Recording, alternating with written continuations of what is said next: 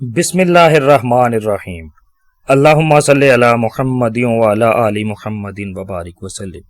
بے حد و بے حساب درود و سلام حضور آقا کریم صلی اللہ علیہ وآلہ وسلم اور ان کی آل پر۔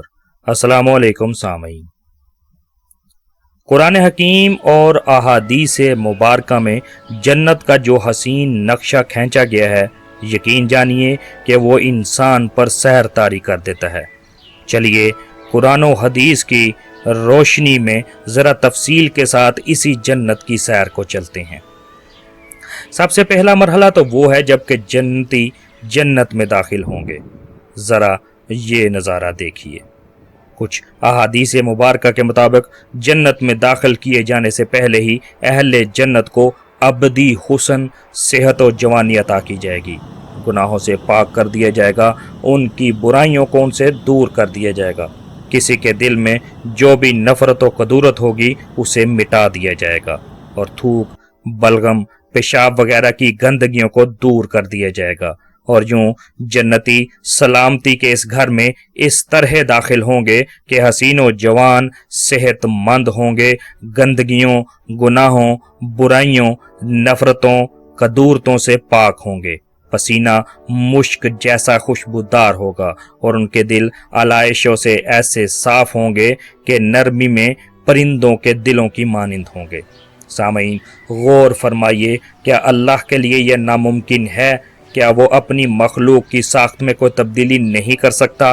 آج اگر اللہ ہی کے حکم سے ہماری جوانی 10 یا 20 برس کی ہے تو کیا خدا اس مدت کو بڑھا کر ابدی و سرمدی نہیں کر سکتا؟ آج اگر ہماری جسمانی نظام ٹھیک کام کر رہے ہیں تو اس میں ہمارا کیا کمال ہے، یا ہمارا کتنا عمل دخل ہے؟ ہم نے تو اپنے ہی پہلو میں وہ دل بھی نہیں دیکھا جو ہمارے بہت ہی قریب ہے، کبھی آرام نہیں کرتا، سوتا نہیں، ہم سوتے جاگتے ہیں، اور وہ اللہ کے حکم سے کتنے ہی برس تک مسلسل اپنا کام سر انجام دیتا ہے۔ کیا اللہ کے لیے یہ ممکن نہیں کہ وہ اسے چند برس کی بجائے لامحدود مدت تک کام کرنے کا اہل بنا دے؟ کیا خدا کے لیے یہ ممکن نہیں کہ وہ ہمارے جسمانی نظاموں میں کچھ تبدیلی فرما سکے؟ اگر اللہ پھول کو خوشبو دیتا ہے تو کیا پسینے کو نہیں دے سکتا؟ بلا کیوں نہیں، اللہ تو ہر چیز پر قدرت رکھتا ہے، اور بے شک ایسا ہی ہونے والا ہے جیسا رب نے ہمیں بتا دیا ہے۔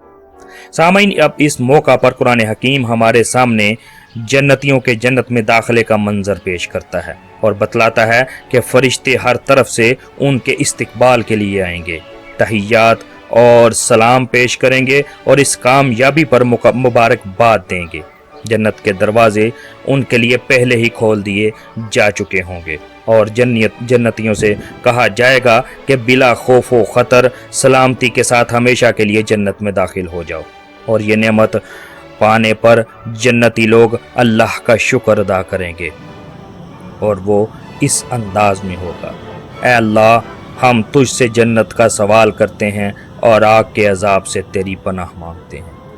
سامعین، اللہ تعالیٰ جنتیوں کے اس داخلے کے منظر کو سورہ زمر آیت نمبر 73 اور 74 میں کچھ یوں ارشاد فرماتا ہے: وَسِيقَ الَّذِينَ اتَّقَوْا رَبَّهُمْ إِلَى الْجَنَّةِ زُمُرًا حَتَّى إِذَا جَاءُوهَا وَفُتِحَتْ أَبْوَابُهَا وَقَالَ لَهُمْ خَزَنَتُهَا سَلَامٌ عَلَيْكُمْ طِبْتُمْ فَادْخُلُوهَا خَالِدِينَ وَقَالُوا الْحَمْدُ لِلَّهِ الَّذِي صَدَقَنَا وَعْدَهُ وَأَوْرَثْنَا الْأَرْضَ نَتَبَوَّأُ مِنَ الْجَنَّةِ حَيْثُ نَشَاءُ فَنِعْمَ أَجْرُ الْعَامِلِينَ۔